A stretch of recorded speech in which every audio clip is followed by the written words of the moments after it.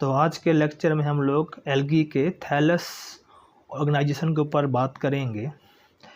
तो अगर हम बात करें शैवालों की, तो जो एल्गी है उनके प्लांट बॉडी को हम थैलस कहते हैं। उनका जो प्लांट बॉडी है रूट, स्टेम और लीफ में डिफ्रेंशिएट नहीं होता। तो जो शैवाल हैं उनका थैलस यूनिसेलुलर से लेके मल्टीसेलुलर तक होता है, नॉन मोटाइल से लेके मोटाइल तक होता है। अगर हम बात करें उनके थैलस के, तो उनको थैलस को 5 टाइप में बांटा गया है।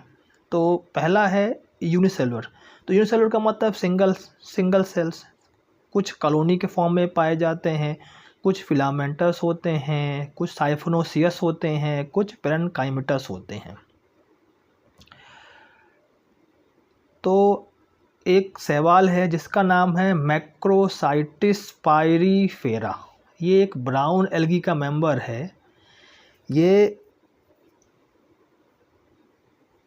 सबसे बड़ा शैवाल है, सबसे लंबा शैवाल है। इसकी जो लंबाई है मैक्रोसाइटिस पायरीफेरा की, ये 100 से लेके 180 मीटर तक होता है।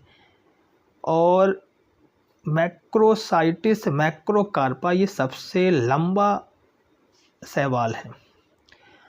ब्राउन एल्गी को कैल्प कहा जाता है, ब्राउन एल्गी को कैल्प कहा जाता है। अब हम बात करते हैं यूनिसेलुलर एल्गी की।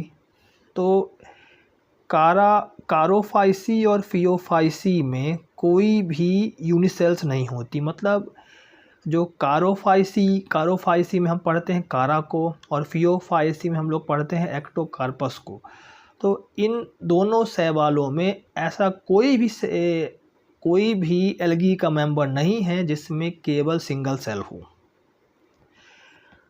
हम इसकी टाइप्स की बात करें अगर यूनिसेलुलर फॉर्म एल्गी की, तो टाइप्स में कुछ हैं जैसे राइजोपोडियम यूनिसेल्स, फ्लैजेलेटेड यूनिसेल्स, स्पाइरल यूनिसेल्स और नॉन मोटाइल यूनिसेल्स।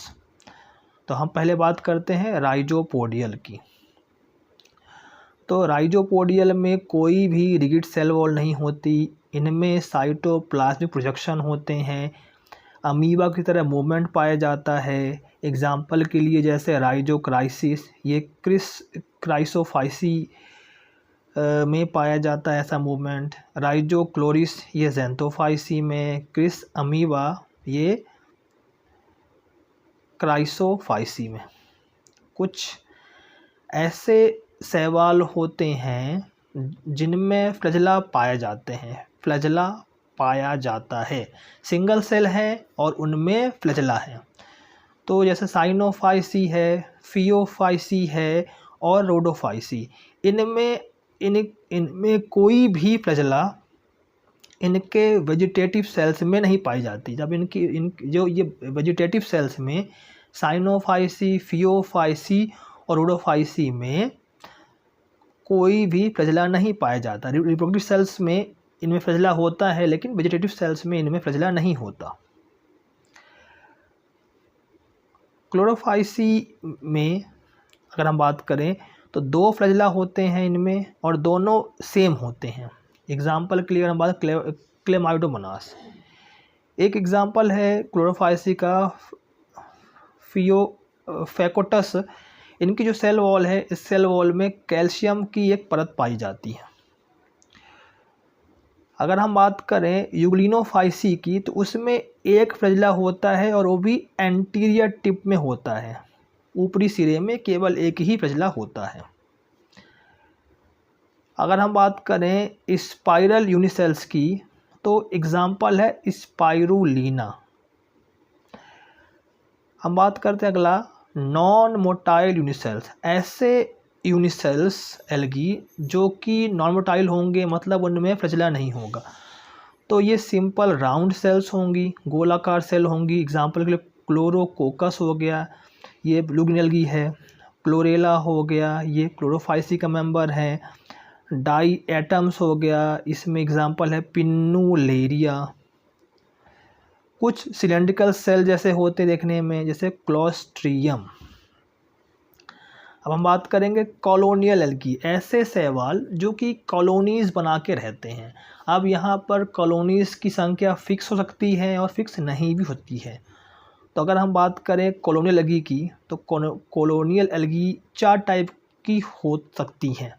तो पहला है सिनोबियल कॉलोनी। सिनोबियल कॉलोनी में जो कॉलोनी की साइज है, शेप है और उनका जो अरेंजमेंट है, ये सभी फिक्स्ड होंगे। मतलब जो कॉलोनी की साइज है, शेप है और उनका अरेंजमेंट, वो सब क्या है, फिक्स है।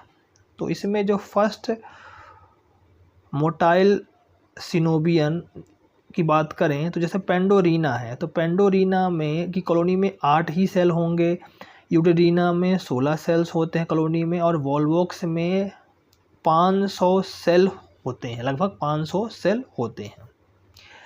सेकंड की हम बात करें नॉन मोटाइल सिनोबियम, तो नॉन मोटाइल सिनोबियम में सिनेडेस्मस हो गया, इसमें 4 से 8 सेल्स होती हैं कॉलोनी में, और ये लीनियर कॉलोनी है, सीधी कॉलोनी होती है। इसी प्रकार से हाइड्रोडिक्टियन है, ये रेटिकुलेट कॉलोनी है। अगला एग्जांपल है पीडियोसिरास। पीडियासिरास, तो ये प्लेट जैसी कॉलोनी है।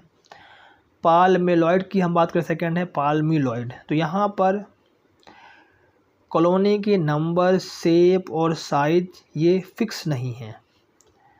तो पालमिलॉइड जो कॉलोनी है ये टेम्पररी भी होती है और परमानेंट भी होती है। जो टेम्पररी है ये होती है क्लेमाइडोमोनास में, और जो परमानेंट है ये होता है टेट्रास्पोरा, एपेनोथिका और पालमेला में।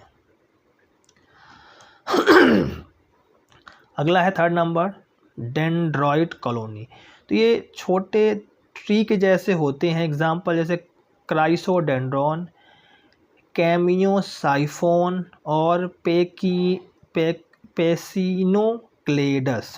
अगला है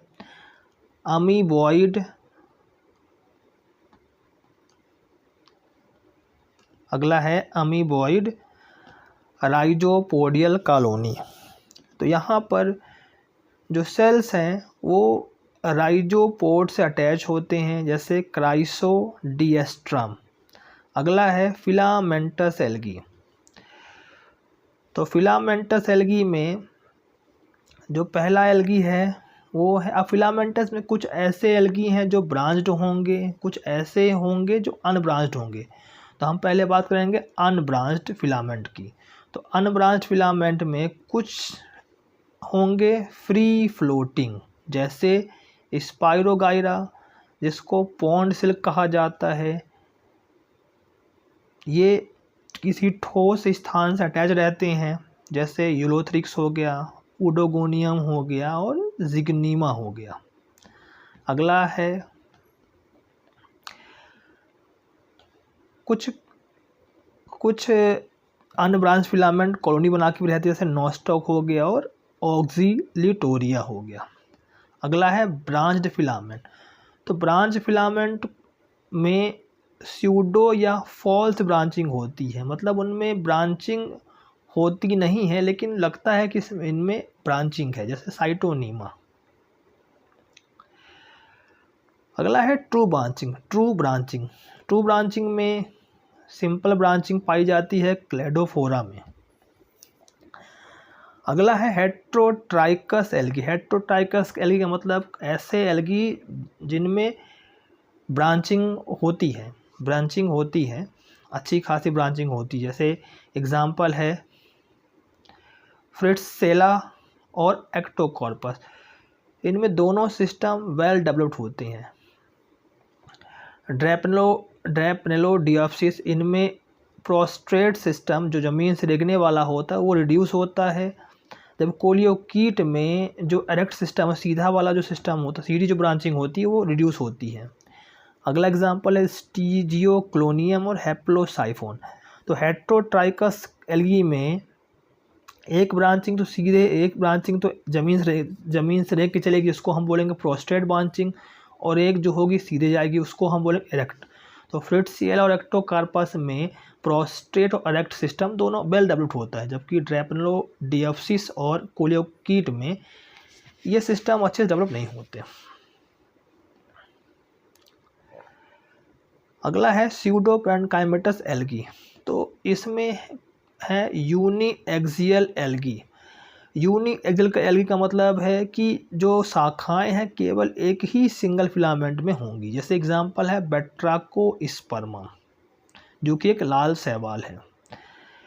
अगला है example multi axial. Multi axial का मतलब है बहुत सारे फिलामेंट्स से ब्रांचिंग निकलेंगी। तो एग्जांपल है पॉलीसाइफोनिया।